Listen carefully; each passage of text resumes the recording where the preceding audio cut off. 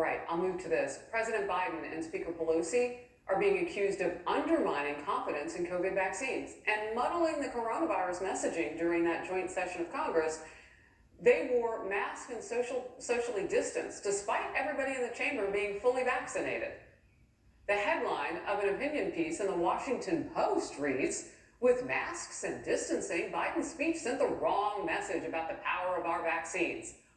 Are they confused, or is it something else, Will Cain?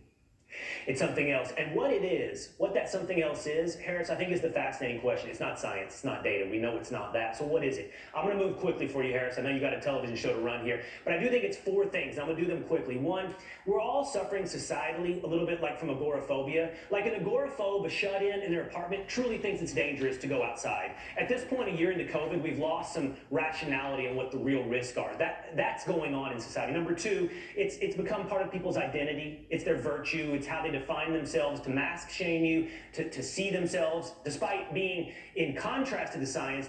They frame themselves, they style themselves as adherents to science. It's become who they are, and that's hard to let go. Here's another one, Harris, number three. It's about President Trump. Look, President Trump runs away with the 2020 election if not for COVID. So the left, Joe Biden, Nancy Pelosi, Kamala Harris, they're going to have a hard time letting go of COVID because it was their source of power. It was their purpose in antithesis to President Trump. And then finally, power is the last one, power. So Dr. Fauci, governors like Cuomo, mayors like Garcetti and de Blasio, they're just gonna have a hard time letting go of what COVID has given them. It's given them power, it's given them meaning, it's given them a sense of purpose. And those four things together mean that we're gonna divorce ourselves from the real science and data, and we're going to hang on to this pandemic, we meaning as a society, as long as these people are in charge, we're going to hang on to this pandemic for those other reasons, Harris. We always have time for you, Will Cain. Never feel like you have to rush. Hey, can I just say one thing really quickly, Harris? Opening.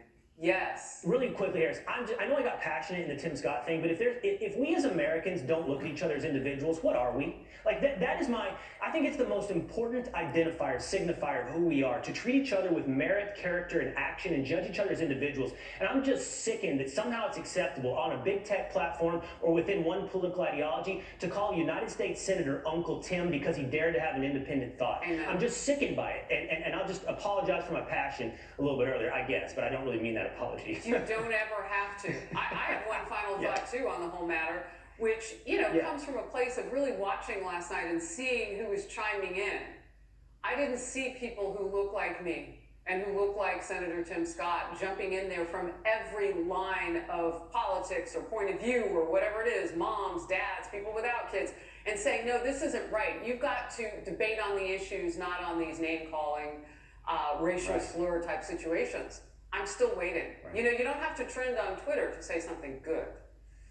But I wish it would. That's right. Will Cain, good to see you. Thank you.